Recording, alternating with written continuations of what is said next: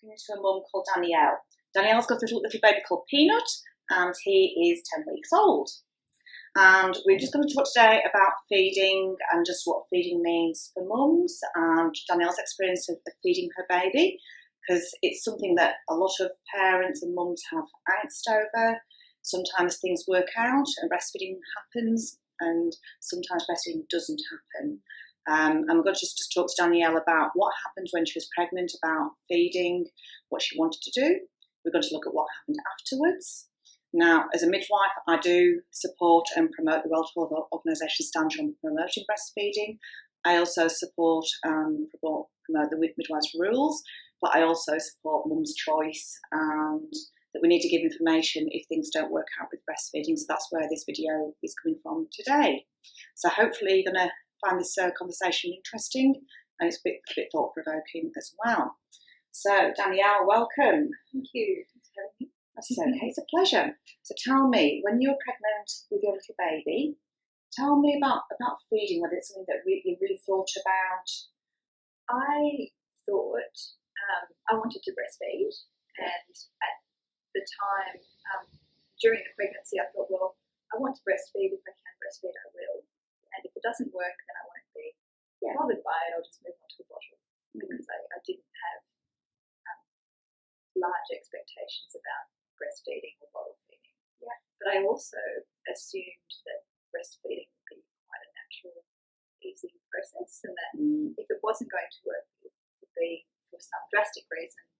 But generally, I could expect to breastfeed, and it would take a bit of practice. It was a skill to be learned, but it would be fine. I thought it would happen. Yeah, and I did have a friend who went to breastfeeding classes prior to giving birth so that she prepared herself for it, but by and large, none of my friends did that, and they didn't seem to have many problems breastfeeding, so I just assumed that it would be okay for me too, and I'd just work it out. The pregnancy was good? The pregnancy was great, no complications. And labour, did labour happen as? Yeah, I had a cesarean section, but it was planned. It was a very large baby, and that went wonderfully. So I actually... It was 4 kilos, wasn't it? Yes. Very, very long. And so the actual birth went beautifully, and everything went well. I wasn't one of those women who had a very difficult labour. Actually, had a birth experience that I wanted. Yeah.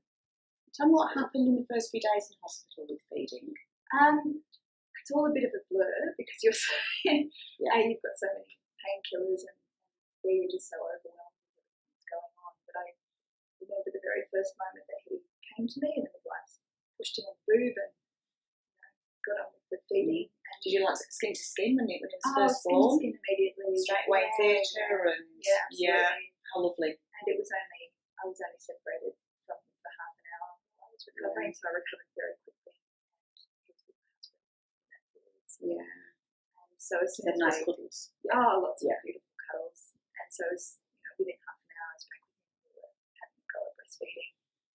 And I think for about 2 or 3 days of the feeding, I felt pain, but everybody around me, all the midwives, were looking at what was going on, saying, I can't see that there's anything wrong.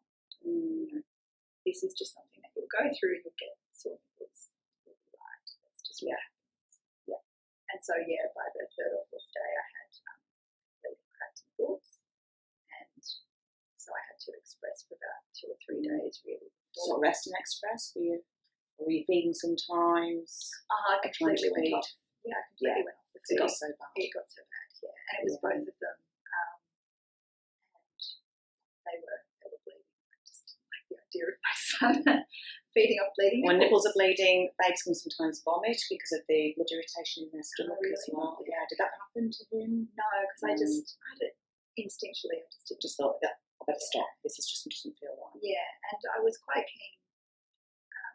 The midwives told me it could take 24 to 48 hours for the nipples to heal properly, and then you could go at it again. Whereas if I had kept going with it, then it would potentially continue to aggravate it, which is where I'm getting better. So I thought, I'll get better, and then we'll get back into it again. And try nipple shields in hospital? Well, nipple shields came. I didn't know about them.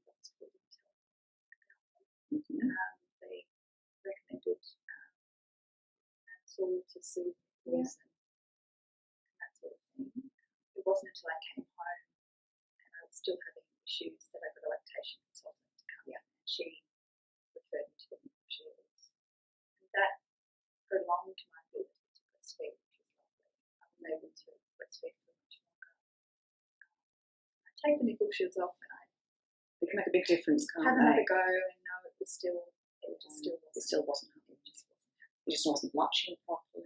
Didn't really know because from the position where he was, it would have been very difficult for anyone to look at and see that there was anything going wrong. But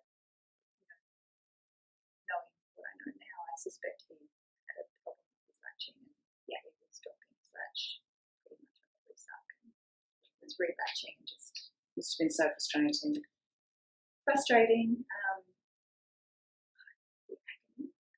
And then combined on top of that, I had fast flow and the supply in one breast and the collapsed supply in the other breast and mastitis, and he wasn't coping. It was some big stuff. Yeah, it was many moments where I was lying horizontally trying to feed him, and he was crying and choking, and I was crying, and I thought, is this going to get better? Everyone tells me this will get better, but he feeds for 45 minutes on the breast, and the whole time it's just. Tell me, when you made your decision as to what to do, what was the big thing? What made you make that decision? It was a slow process. About a week into coming home, my husband said that he was very concerned that I was not sleeping because I was trying to feed, but then if I couldn't feed and I was expressing and being newborn, he was only sleeping for about 2 hours. So around the clock. So I wasn't sleeping, and he said, go away, go and get some sleep, we'll give you a bottle.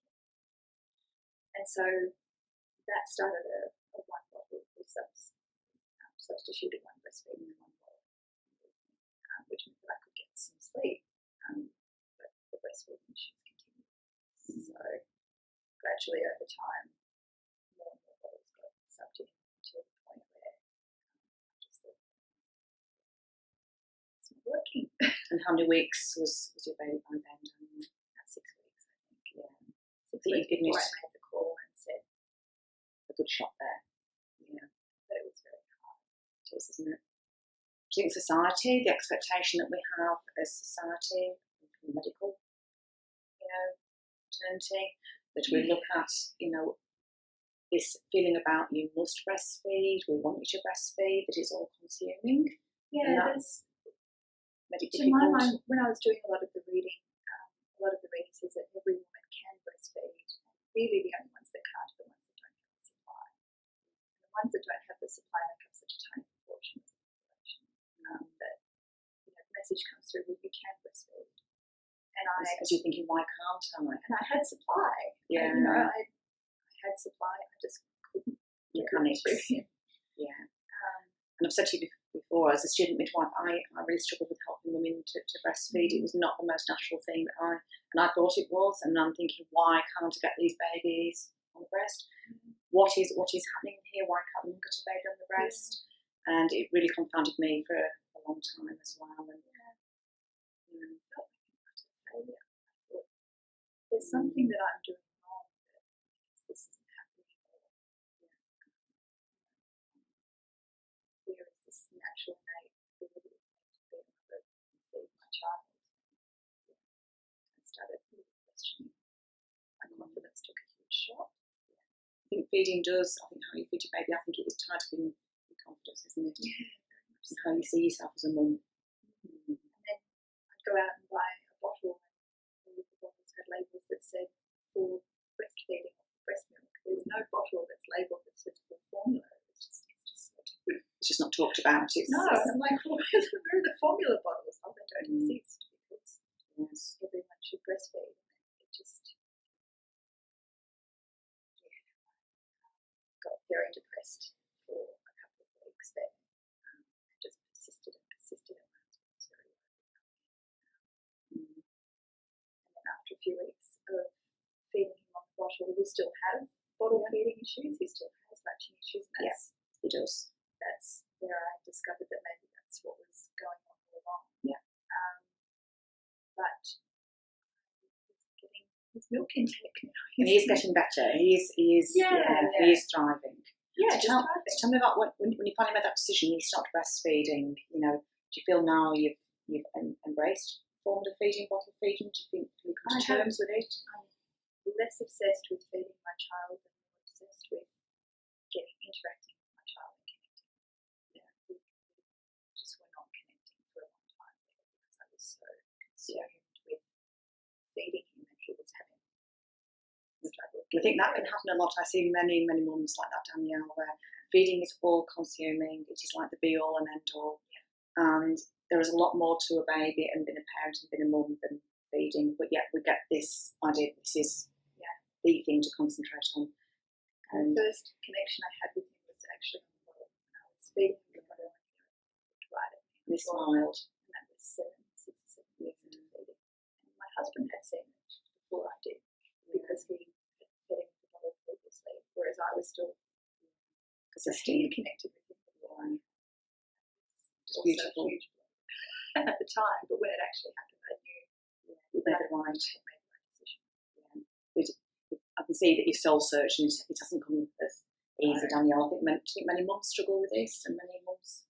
Yeah, very much so. When I was going through the breastfeeding process, all of my friends that I had spoken to were all breastfeeding well. And then when I had mentioned to a couple of people that I had stopped and gone to formula feeding, all of these women came out of the work. It was actually lots of women. There's having problems out there, or the combined feeding, or mixed feeding, a lot of mixed feeding. Yeah. Some mums said, "Look, no, I'm on to my second child. I've been through the breastfeeding before. I decided this time to go straight to bottle."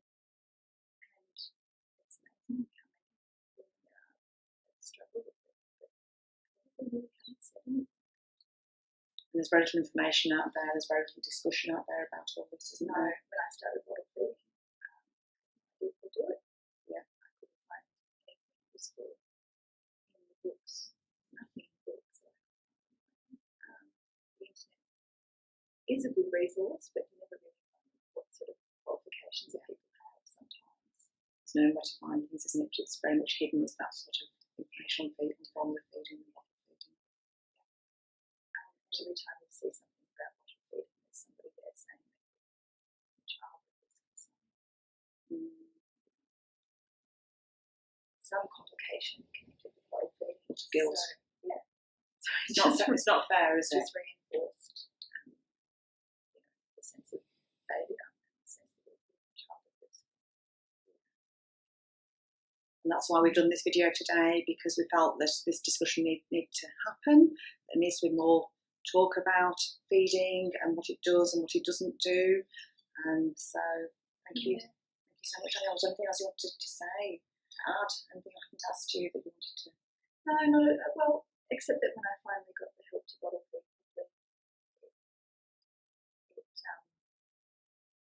it changed the experience that I had with my son. He was able to have more wait time. He was more alert.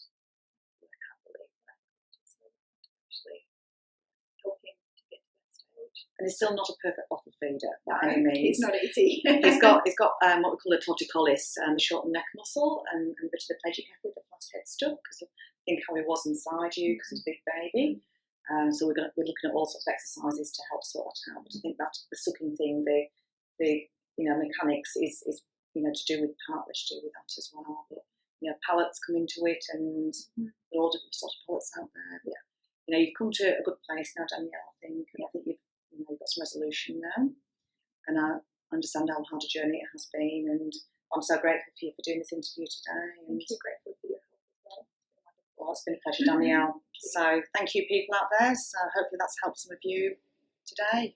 Thank you.